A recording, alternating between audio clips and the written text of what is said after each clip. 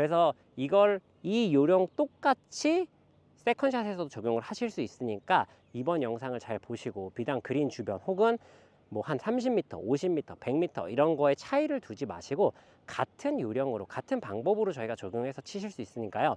다양한 상황에서 이 기본 메커니즘을 잊지 않으셨으면 좋겠습니다.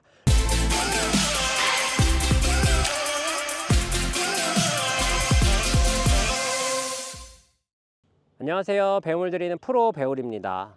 저번 시간에 말씀드린 것처럼 이렇게 오르막 경사를 칠 때 경사를 무시하고 공을 탁 조금 낮게 빠르게 치는 방법과 경사대로 맞춰서 공을 조금 높고 소프트한 방법으로 치는 방법에 대해서 자세히 한번 알려드리도록 하겠습니다. 클럽은 그냥 제가 편의상 이 58도 웨지 하나로 보여드릴 테니까 그걸 피칭 혹은 58도, 52도 원하는 클럽 어떤 거든지 이 치는 방식은 차이가 나지 않습니다. 그러니까 클럽 선택은 본인이 가장 좋아하는, 내가 치기 가장 편해하는 클럽을 마음 놓고 사용을 하시면 됩니다. 우선 경사를 무시하는 방법부터 설명을 드릴게요. 우리가 그린 주변 어프로치를 할 때 볼 위치를 일반적으로 오른발 앞쪽에 놓죠. 경사를 무시하는 방법으로 치게 될 때는 볼 위치도 평상시의 어프로치와 동일하게 해줍니다.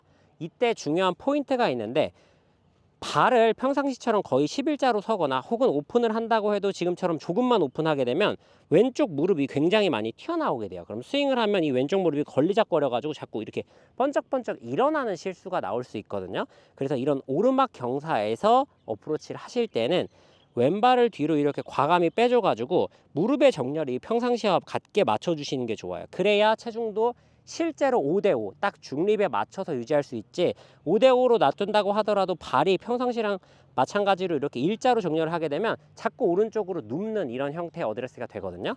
그래서 어드레스를 할 때 볼 위치는 평상시와 똑같이 하지만 왼쪽 발을 뒤로 빼줘 가지고 무릎의 정렬을 확실히 맞춰준다, 이 하나만 기억하세요. 그리고 이렇게 무릎의 정렬을 맞추게 되면 내 채는 땅을 향해서, 그러니까 조금 더 저항이 많은 바닥을 향해서 내려가게 되고, 이 다음에는 빠져나오는 게 아니라 이렇게 툭 지금처럼 걸리게 되거든요. 그래서 경사를 무시하고 치는 방법 같은 경우에는 조금 더 강하게 탁 쳐준다는 느낌의 어프로치입니다. 이거 하실 때 이렇게 팔로우 스루를 하겠다고 빼내시면 안 돼요. 그러다가 뒷땅 탑볼이 발생하는 거거든요. 그래서 그런 식으로 하시는 게 아니라 경사를 무시하고 칠 때는 볼 위치는 약간 오른발 쪽에 놔주고 왼쪽 무릎을 뒤로 빼서 무릎의 정렬을 맞춰준다. 그리고 그 중심축을 유지한 채로 컴팩트하게 탁 찍어친다 라는 느낌으로 해주시면 됩니다. 방금처럼 팔로우 스루가 쫙 나가지 않고 공을 탁 치고 나면 끝나니까 이 부분만 잘 기억해서 하시면 돼요. 그런데 이렇게만 말씀을 드리면 또 이런 분들이 있어요. 아, 찍으라 그랬지? 아니고, 우리가 자연스럽게 클럽 헤드로 공을 탁 치게 되면 지금처럼 경사에 걸리니까 빠져나갈 수 없는 거지 일부러 더 쥐어받거나 세게 치시라는 건 아닙니다.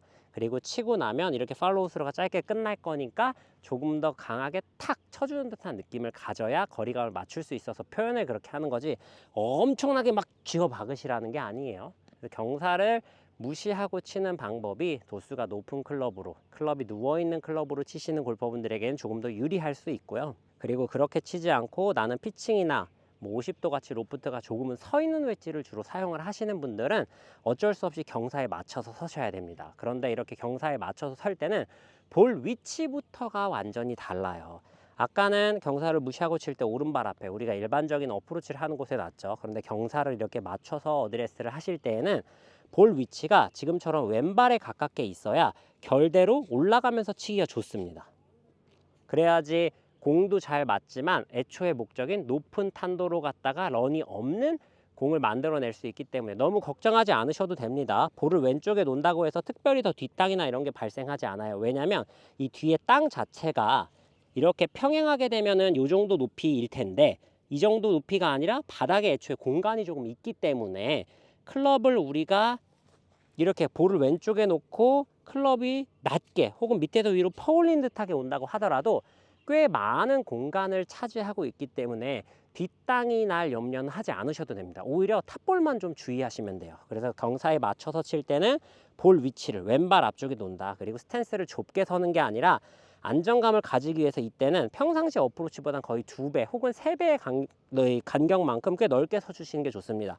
저는 주로 2배 정도로 어드레스를 하는데, 이렇게 경사에 맞춰서 설 때는 왼발을 굳이 많이 뒤로 뺄 필요는 없어요. 약간만 뒤로 빼서 무릎이 너무 격렬히 틀어지지만 않게 살짝만 좀 신경을 써 주시고, 체중은 마치 이렇게 오른발 하나로 다 서 있다, 그래서 오른발 한 발이 100%로 다 서 있다 라고 생각이 들 만큼 체중이 이쪽에 있어 줘야 됩니다. 네, 그래야지 결대로 올려치기도 좋고 오히려 안정감을 가지실 수도 있어요. 방금 제가 한 발로 서서 쳤는데도 공을 정확히 맞추는 걸 보실 수 있었을 텐데, 두 발로 이렇게 왼발에 힘을 주는 게 아니라 왼발은 그냥 그저 축을 유지하는 데 도움이 될 수 있도록 붙여놓기만 하시면 결대로 얼마든지 이렇게 높이 뛰어쳐서 보내실 수가 있습니다.